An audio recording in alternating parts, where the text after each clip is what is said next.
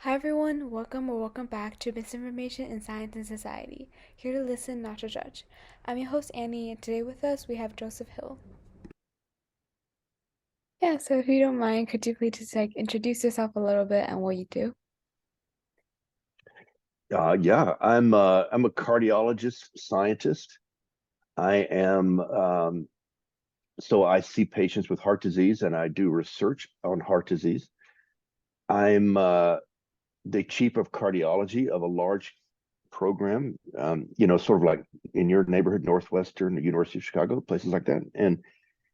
And the other hat I wear, the fourth hat I wear is I'm editor of a journal, editor in chief of the journal Circulation. If you've ever heard of that, it's the pre of over 100 cardiovascular journals. It's the premier journal. So I spend a fair amount of effort devoted to that. So I do four things in my professional life.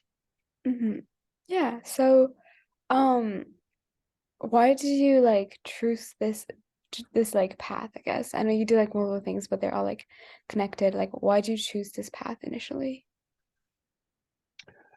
Well, I'm a big believer in the physician scientist career path, where the as a physician, I know what the clinical problems are, the reality of what's challenging us. And that is evolving. It's different today than it was 10 years ago, 20, 30. And it's going to be different going forward.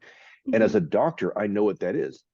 And as a scientist, I'm trained to solve some of those problems. And so one of the major themes of my professional life is that there are brilliant clinicians who know all about the problems but aren't problem solvers for mechanisms and disease pathways.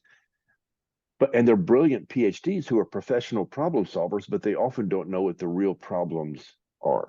And those two worlds don't talk to each other. And a physician scientist can talk in both languages, understands the clinical realities, and understands how to do science. And that's an incredibly powerful career path that I've done for a long time. And I have two sons who are doing that, who are headed down that path, not because dad tried to talk them into it, but because dad, they bought the notion that dad is energized by that. Yeah. So, and it's the typical path for that, not the only path, is to get an MD and a PhD. Yeah, that's really interesting. Um, so what do you think, why do you think truth is so important, and why do you think misinformation is such a big issue, especially right now? Well, it's an enormous problem, as you know, and you're working on it. That misinformation travels. The notion is that a lie goes around the world before truth gets out of bed. If you've ever heard that expression, and misinformation travels very fast, and it has, for me, it has. I wrote this thing a few years ago about how people who believe that the MMR vaccine causes autism, that's just simply baloney. And it's harmful, incredibly harmful. Those lies are harmful. The notion that statins, a type of drug therapy, which are incredibly good for you, are cause crazy bad things is just a lie. And I mean, look at the political situation. Look at the lies Donald Trump tells every day. I mean, those sorts of things are incredibly harmful to individuals and society. And um, I don't know how to make that stop. It looks like Elon Musk is allowing, now that he's purchased Twitter, he's allowing that to increase. Sadly, I'm very sad to note. Mhm. But we need people like you who are focused on telling the truth, and that lies are harmful. And so that I'm not an expert on this. I don't work on this on a regular basis, but I did write that article a few years ago. Maybe you saw it, Medical Misinformation. Um, and so I'm people ever since I wrote that, people reach out to me like I'm an expert, but I'm an expert in not in that, but other things, but not necessarily that. Yeah. So, um, how do scientists, or specifically maybe you, since you work on as a MD and a PhD, you work on like communication stuff and stuff like that. So how do you and like people in your field like try to like tackle or like avoid misinformation? Well, I mean, the people in my orbit don't believe in and don't promulgate misinformation. The people who do, I don't know who they are, but they have venal motives, or they're just bad people, or they're trying to promote a political view that is based on falsehoods. So I think there are a lot of reasons why people do it. Um, the people I interact with, around the world don't do that.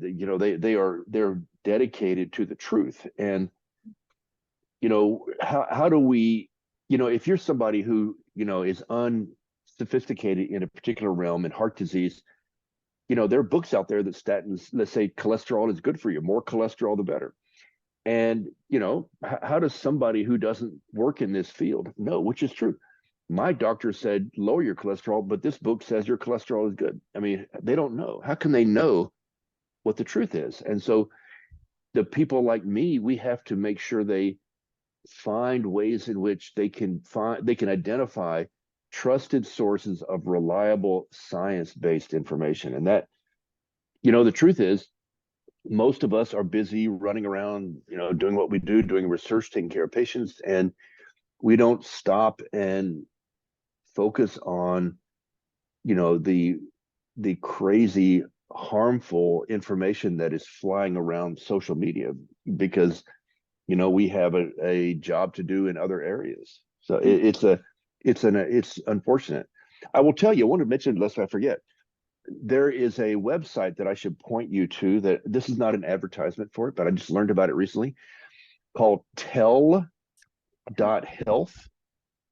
tell.health. Mm-hmm. It's run by a guy in Ireland that I've talked to, and along with an IT buddy of his. And what they are trying to do is develop a portal, if you go on the website, Mm-hmm. where trusted physicians and scientists tell the truth. And if somebody wants to learn the truth, that this will be a portal to identify. Again, they want me to get involved. I'm really just getting started with it, but you might Mm-hmm. look at it, and if you want, I'll put you in touch with the guy who's running this, who's founding this thing, if you want. But after you look at it, that they want it to be a free and readily accessible portal. If I have a question, are statins going to kill me? Is MMR vaccination bad for me? That they can go here and ask the question, and somebody who knows what they're talking about and who will tell the truth will provide that truth. That's awesome. That's like so, so important. And like, yeah, I would definitely be checking that out. Um, Yeah, and if you want, after you've taken a look at it and take a spin through it, again, I'm not endorsing it because I haven't really spent enough time digging into it. But if you think it's something you're interested in, I'll put you in touch with the guy who found it, who did this, who started it. that would be awesome. Thank you so much. Okay. So yeah, this kind of can lead into the next question that I have, which is like technology. So, what do you think about like the invention of like technology and specifically like its impact on misinformation? Well, there's no question that the internet and blockchain and social media have made it so much easier to spread bad information, right? Anybody, some crazy guy in the middle of nowhere can write something and spread it to thousands and hundreds of thousands of people just like that. And it's a powerful force for good, but it also could be a powerful force for evil, and manifestly. And I mean, I'm sure, just like you, I get half a dozen calls a day from somebody who's trying to steal money from me, right? On my phone, right? And you know, phishing schemes in my email, and it's all the time. And um, so it has the tech. Who would say, okay, let's abolish the internet and go back to the 1980s? That's never going to happen, of course. Mhm. But at the same time, it can be used for good and it can be used for evil, manifestly. Yeah, for sure. Um, so what do you think is like um the best way, or like what are some like good ways to, in your opinion, to like eliminate or avoid or reduce misinformation, especially as like regular people that like don't have like huge platforms to like spread information, or like um that aren't like, because a lot of times like information is spread by um like media or like organizations and stuff like that. So like what do you think like just people like me can like do to like help uh eliminate or like avoid misinformation? Well, there are many trusted sources of information, medical information, at least on the internet. Mayo Clinic, Cleveland Clinic, the American Heart Association, the American Cancer Society. This Health, I think, is one of those. Hmm. And at the same time, if you Google, are statins bad for me? Is MMR bad for me? You'll go to websites that are just based on lies. And so, the First Amendment says that you can say whatever you want. You get to say whatever you want, and I get that. We can't just say, well, that's a lie, hence you can't say it. People can say what they want. Hmm. But we need to, I think the notion is that we need to amplify the voice of the truth and tell people that don't go Googling a question and trusting the first website that pops up.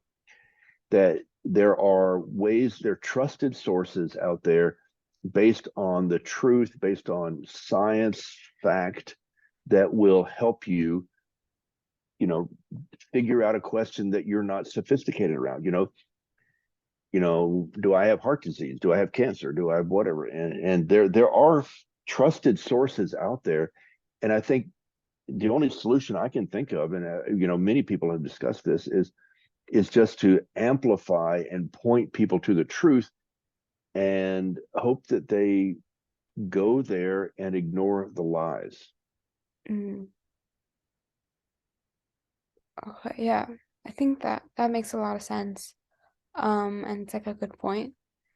So these are those are all my questions about misinformation. So just for fun, um, what inspires you? So like, is there like an idea, like a person, a book, or something like that? What like inspires you in life? That's a good question. I mean, there are a lot of things that inspire me, but one of the things that is hardwired in my DNA is helping young people find their way. I just got on 45 minutes ago. I was on the phone with a different young person Mhm. who is in medical school and who worked with me for a while and who's launching her career.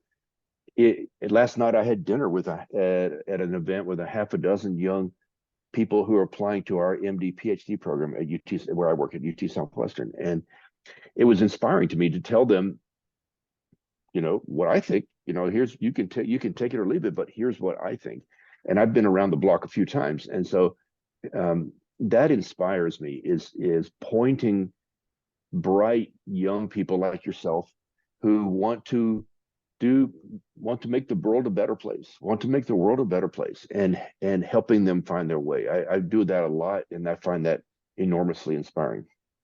Yeah, that is really awesome and really good to hear. Um, So, speaking of that, do you have any like advice for people, especially like young people, like or like teens, um, about like anything? It can be about like I don't like medicine or like information or just like life advice, anything.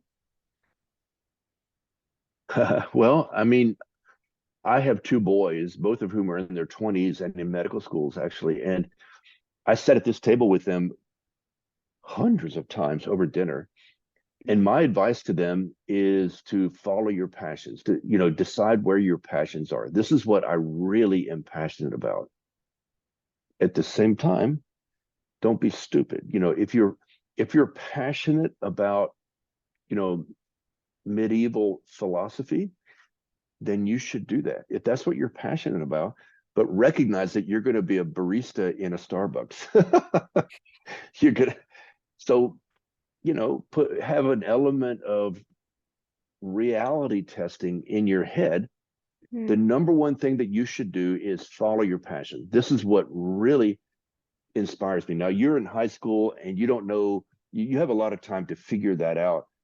College, college is the four best years of your life. Let me just tell you. And you can study whatever you want, music, history, or whatever you like. It's the best 4 years of your life. And then decide, college in my mind should not be, I want to get through this so I can go to medical school or law school or graduate school.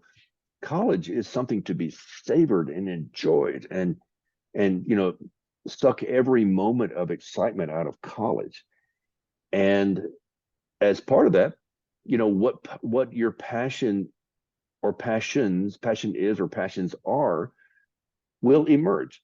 And that's where you should go, because the day will come way down the road, for you and hopefully for me, where you'll look back and say, wow, here I am 80 years old, did I make the world a better place? And part of that will be, for many people, for me, a family and children and all that stuff. Um, you know, what, I'm a busy professional, doing all the things that I do, but my family is far and away the most important thing in my life. And there are people who think differently than that. There are people who care more about their profession than their family. And I'm not like that. I'm not wired that way. And many of those people end up, I believe, at the end of their lives unhappy. And um, so just being grounded in what is important to you personally is the most important thing. Great. Thank you for those. And thank you for this opportunity. It was really great talking with you and like learning. Um, and yeah. My pleasure. So check out that website, tell.health. Yeah, Again, this is not a commercial, but if you want to, if this is in your wheelhouse in terms of you're trying to understand what to do about medical misinformation, I'll put you in touch with this guy. absolutely. That would be an honor and pleasure. Thank you so much. My pleasure. You have a good day. All right, you Enjoy too. your Take weekend. care. All right. Bye. Thank you.